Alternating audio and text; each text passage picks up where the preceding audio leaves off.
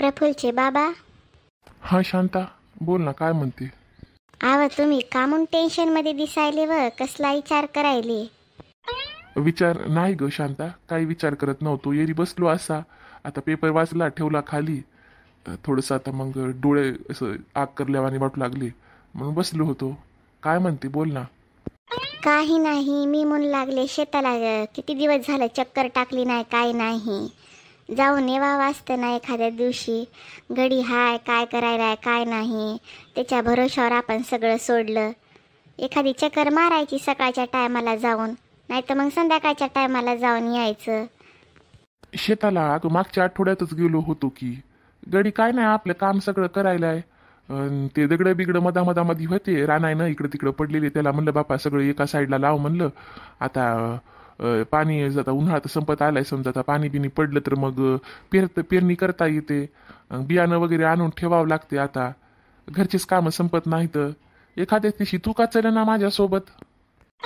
हो मी येते की. आहो इतके दिवस झालं घरचे कामच संपना गेले होते, आता जाऊन येवा. आई कवा चालली शेताला? मी पण येते ग, घरी राहून राहून बोर झालंय मला पण. मी पण येते शेताला बघायला काय कसं सुरू आहे काय नाही. लय दिवस झालं, मागं जेव्हा 2 महिन्यापूर्वी मी आले होते त्याच्यानंतर कुठं गेले? पार्टी वगैरे केली आपण शेतामध्ये, कोंबडं वगैरे कापलं होतं बघ. त्याच्यानंतर माझं काही जाणं झालं नाही काय नाही, नाही का. सकाळी सकाळी लवकर जरा जाऊन येऊता की. उद्या जाऊता नाही तर मग परवा दिवशी जाऊता, नाही का. शेवंता, काय? अगं उन्हाळ्याचे दिवस होतं, लेकरू मागं लागते तुझ्या. कशाला विनाकारण? आम्ही सकाळचं लवकर जाऊन येऊ, नाही तर मग संध्याकाळच्या टायमाला सांच्यापारी जाऊन येता येते. ह्या लागतात, लेकराला घेऊन कशाला उगं हिंडायली इकडं तिकडं? राह ना घरीच. त्या मागच्या टायमाला केव्हा ऊन नव्हतं, काय नव्हतं जास्त, म्हणून तुला आपण सगळेजण जाऊन पार्टी वगैरे केली होती. आता जायची काय गरज नाही. बाबा तुम्हाला माझं कधी कोणती गोष्ट बरी वाटते की नाही हो? का लोकांच्या शेताला जायना हाले काय नाही, आपल्या शेताला चालले. माझा काय त्याच्यात हिस्सा नाही की काय? माझा काय त्याच्यावर अधिकार आहे की नाही? नुसतं शेताला जरी जायचं म्हणलं तरी नको म्हणायला तुम्ही. कधी काही देसाल की नाही, काय कळना झालंय मला बी. आता लग्नाच्या टायमाला बी मला काही दिलं नाही काय नाही, मग आता तरी देता की नाही त्याच्यामधलं? शेवंता तुझं ना उद्धटपणानं बोलणं बंद कर बघ, तुला आत्ताच सांगायले मी. खूप वेळा झालं, मायबापाला असं बोलणं राहते का ग तुझं? काय देणं घेणं राहिले? लग्नामध्ये खर्च लावला, हुंडा दिला, आणि द्यायच्या हिशोबानं आम्ही तुला जेव्हा द्यायचं तेव्हा देऊ ना. कशाला उन्हा विनाकारण कोणत्याही गोष्टीबद्दल बोलून माणसाचं मन दुखावतेस ग. कळना झालंय की काय तुला कसं बोलायचं काय नाही ते? मला बापालाही बोलायलीस का तू आता? आणि मी काय वाव ग बोललो होतो? ये नुसतं शेताला यायचा विषय घेतला होता तर बाबा डायरेक्ट नको म्हणालेत, मग माणसाला वाईट वाटना की? तू बी मला एवढं रागामध्ये सुनवायली, तुला बरं दिसना झाली की का आता? राहायचे तुझ्या घरी 4-8 दिवसही राहू नको का? जाणारच आहे की? सांगितलं ना मी तुला चालले म्हणून 8-10 दिवसानं. एवढं कहाला मग मला बोलून दाखवायली? स्वतःच्या घरच्या शेताला येऊ दे ना हला तुम्ही. लग्न झालं म्हणजे काय माय बापाच्या इकडचं सगळं संपलंय की काय मग? पुन्हा येऊ की नको घरामध्ये ते तरी सांग मला. शेवंती पहिले ना सगळ्यात पहिले तू तुझ्या डोक्याचा इलाज करून घे बघ. बाबा तुला काय म्हणले होते तुला समजलेलं नाही? त्या गोष्टीवरून तू एवढं मोठं बोलायली भांडायलीस आम्हाला. तुला बाबा एवढंच म्हणले की बाई उन्हाळ्याचे दिवस होतं, ऊन लागतंय, ह्या लागतात लेकराला, लेकरू येते मागं मागं, नको येऊ, एवढंच म्हणले. तू का आमच्या कडीवर बसून येणार नव्हतीस काय नव्हतीस? एवढं तू बोलून दाखवायलीस माय बापाला. अगं कसं तुला एवढं बोलणं यायलंय ग? कुठून यायलंय तुला एवढं बोलणं? विचारपूर्वक तरी बोलत जाय की काहीतरी. माणूस भल्यासाठी सांगायला गेलं की तू वाईट करून ठेवायलीस. मग तुला घरात कसं राहू देवा वाटेल ग? कोणाला बरं दिसेल ग तुला असं मग घरात राहू देवावं म्हणून? आणि 8-10 दिवसानं चल जातो, 8-10 दिवसानं जातो करत राहायली सारखं. तिकडे आला का तो नवरा तुला घ्यायला? सांग बरं मला. मी भांडणा गेले होते, सांगू लागले. माणसाला राग आल्यावर सांगते माणूस, वरडून बिरडून तर बोलले नाही ना तुम्हाला? व्यवस्थितच सांगायले. जायचा जेव्हा प्रश्न आहे ना मग नवऱ्याचा, तर नवऱ्याला फोन करून बोलणं झालंय माझं. नवऱ्याला सांगितलं मी राहणार नाही म्हणलं, माझ्या मायबापाच्या इथं मला येऊन घेऊन जा म्हणलं, नाही तर मग मी एकटी जाऊन राहील म्हणलं घरी.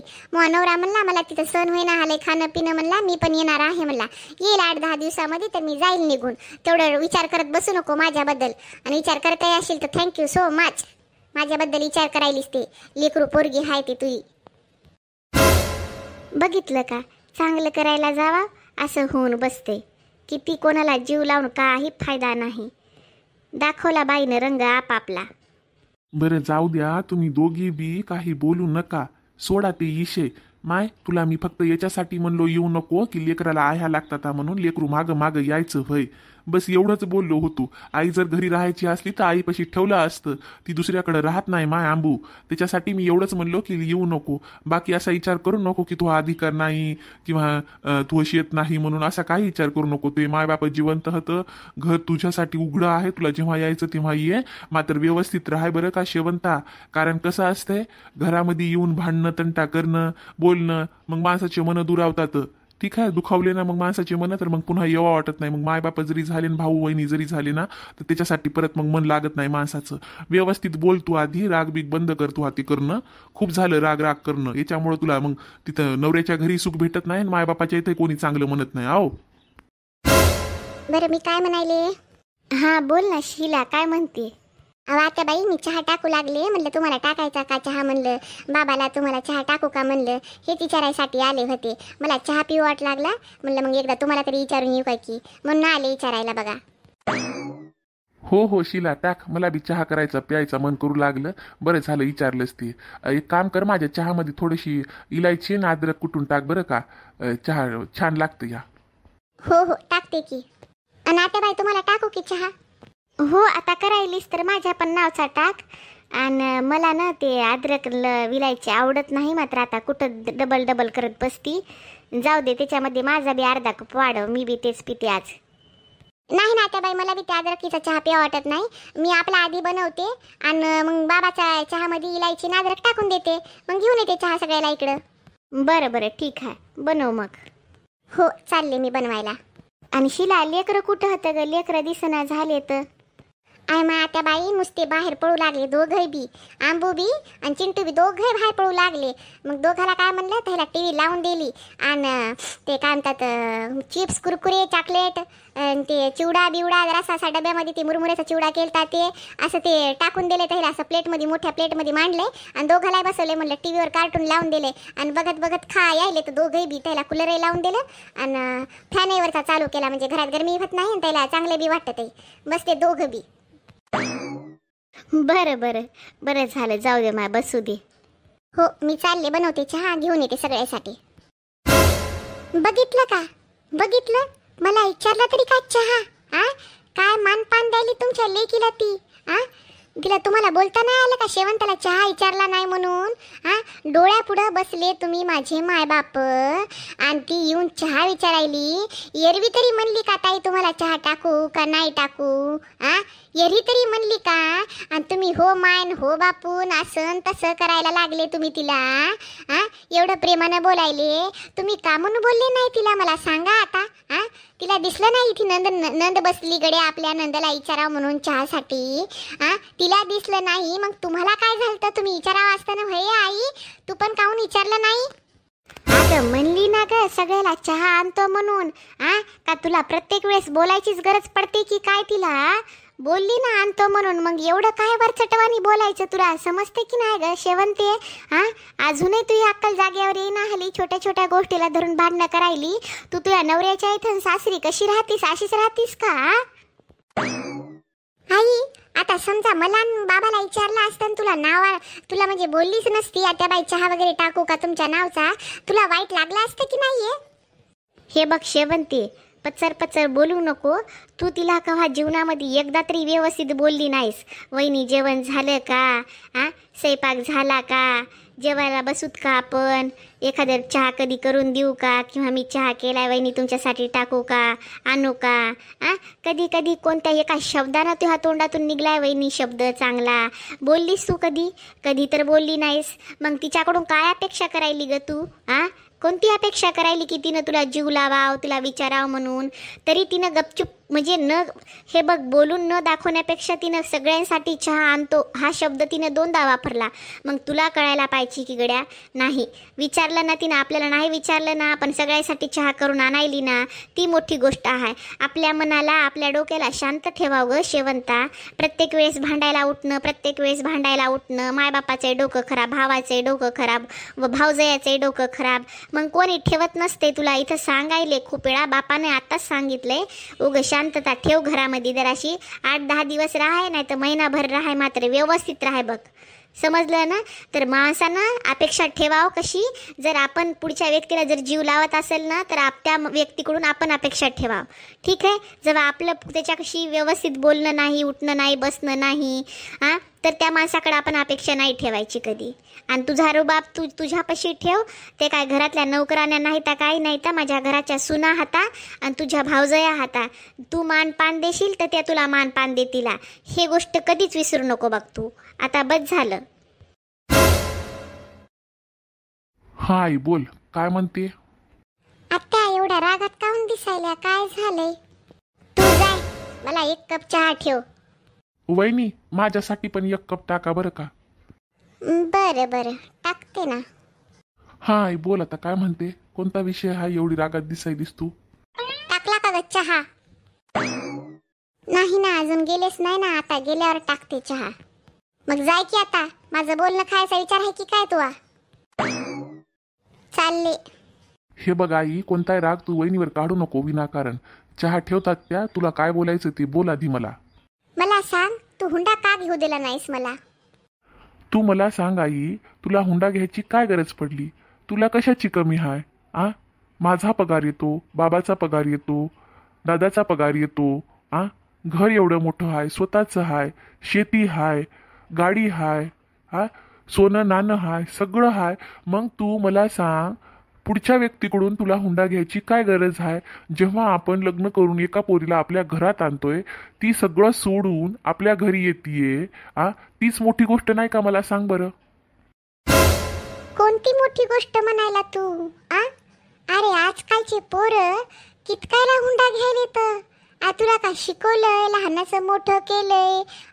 थोडाफार माझ्या मनाच्या शांतीसाठी तू हुंडा घेऊ दिला नाहीस.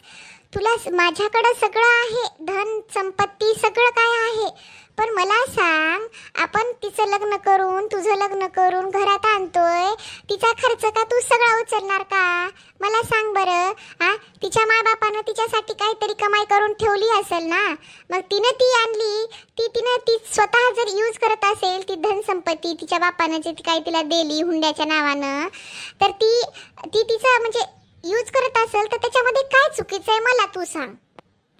आई चुकीचंच आहे. हुंडा घेणं आणि हुंडा देणं ह्या दोन्ही गोष्टी चुकीच्या आहेत. मी याला परमिशन देत नाही. माझं मन याला स्वीकारत नाही की मी हुंडा घ्यावा म्हणून तिच्याकडून. माझ्याकडे कशाची कमी नाहीये. ती येणार, माझा संसार फुलवणार, माझ्या पिढीला ती पुढे घेऊन जाणार. माझ्यासाठी हेच महत्त्वाचं आहे आणि माझ्यासाठी हाच विचार खूप मोठा आहे, लक्षात ठेवाई. आणि मी ह्याच गोष्टीमुळे खूप खुश आहे. तू तुझा विचार काय करायचा ते करत बस, मला त्याच्याहून काही घेणं देणं नाही. राग करू नको, एवढं कर, कारण तुझ्याकडे देवानं सगळं काही दिलेलं आहे. तुझ्या माबापानं तुला जेव्हा हुंडा देऊन पाठवलं तेव्हा तुलाही खूप वाईट वाटलं असेल. माझ्या आजोबाकडे काही जास्त पैसा नव्हता, त्या टायमाला जेवढा काही खर्च केला तर त्यांना माहिती आहे किती कळ लागली आणि कसा कष्टाचा पैसा होता ते. त्यामुळे मला कुणाच्या लेकी बाळीकडून पैसा घ्यायचा नाहीये. मला माझ्या घरी माझी बायको आली, तीच खूप मोठी गोष्ट आहे आणि ती माझ्या संसाराला मोठं आणि खुश करेल आणि फुलवेल, असं फुलासारखं स्वर्ग बनवेल माझ्या घराला. तीच खूप मोठी गोष्ट आहे माझ्यासाठी. त्यामुळं ना आई, तू त्या गोष्टीसाठी खिचखिच करत बसू नको. सुखानं आणि खुश राहा तू. बस झालं आता. तुलाही काही बोलण्यात अर्थ नाही. तुझ्या बापासारखा आणि मोठ्या लेकासारखा माझ्या, तुझ्या दादासारखा त्याने काही हुंडा घेऊ दिला नाही, काही नाही. सून आणली अशी काळी करून. जरा बघून तर आणा वाजती, घरात तरी शोभते का आपल्या? आई बस झाला ना, तुझा काय विचार आहे?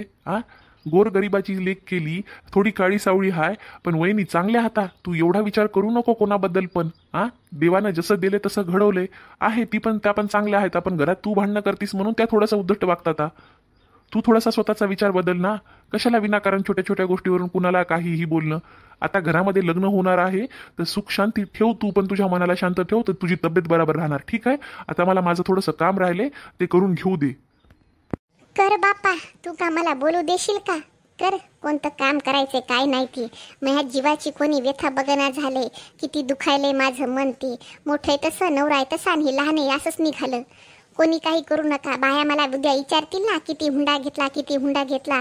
काय दाखवू का? स्वतःच्याच तिजोरीमधला पैसा काढून दाखवता येईल आणि सोनं नाणं दाखवू की बापा एवढा हुंडा आणि एवढा पैसा आणि एवढं सोनं नाणं टाकले म्हणून पोरीच्या मायबापानं? हेच दाखवत बसते आता घरातलं. मोठीच्या वेळेस तेच झालं, लहानीच्या वेळेस तेच झालं, तेच करते आता. दुसऱ्याच्या तोंडावर कसा हात ठेवाव? दुसरं कोणाच्या तोंडावर हात ठेवू नको, स्वतःच्या ठेव. बस झालं, तेवढंच खूप मोठं आहे.